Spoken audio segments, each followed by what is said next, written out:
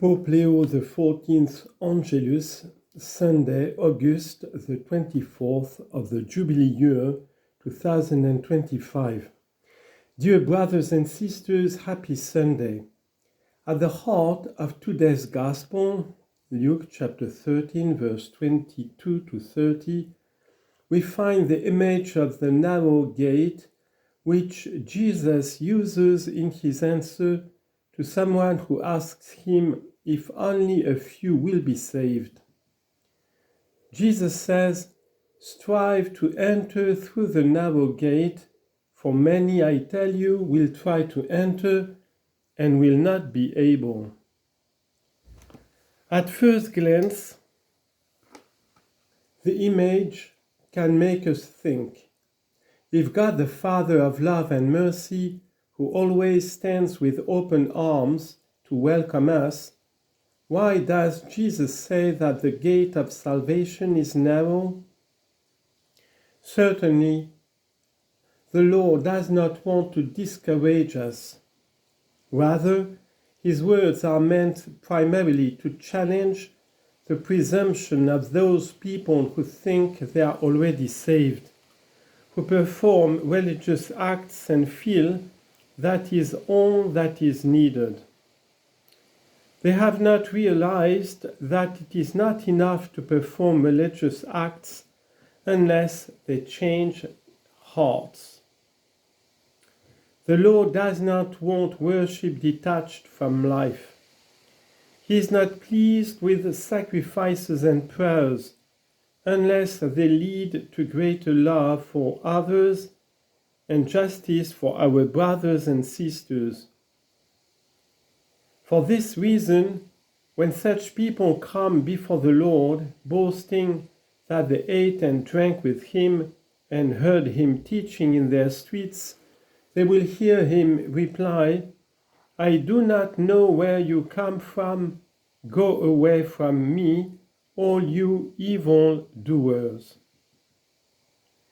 Brothers and sisters, the challenge presented to us in today's Gospel is worth considering.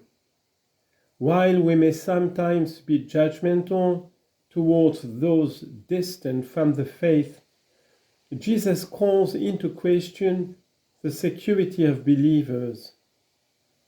He tells us that it is not enough to profess the faith with words, to eat and drink with him by celebrating the Eucharist, or to have a good knowledge of Christian doctrine. Our faith is authentic when it embraces our whole life, when it becomes a criterion for our decisions, when it makes us women and men committed to doing what is right and to take risks out of love, even as Jesus did. He did not choose the easy path of success or power. Instead, in order to save us, he loved us to the point of walking through the narrow gate of the cross. Jesus is the true measure of our faith. He is the gate through which we must pass in order to be saved. John chapter 10, verse 9. By experiencing his love and by working in our daily lives to promote justice and peace. There are times when this involves making difficult and unpopular decisions, resisting our selfish inclinations, placing ourselves at the service of others, and persevering in doing what is right when the logic of evil seems to prevail, and so on. Once we cross that threshold, however, we will discover that life flourishes anew. From that moment on, we will enter into the immense heart of God and the joy of the eternal banquet that he has prepared for us. Let us ask the Virgin Mary to help us to find the courage to pass through the narrow gate of the Gospel, so that we may open ourselves with joy to the wide embrace of God, our loving Father. After the Angelus. Dear brothers and sisters, I express my closeness to the people of Cabo Delgado, Mozambique, who have become victims of an insecure and violent situation that continues to cause death and displacement.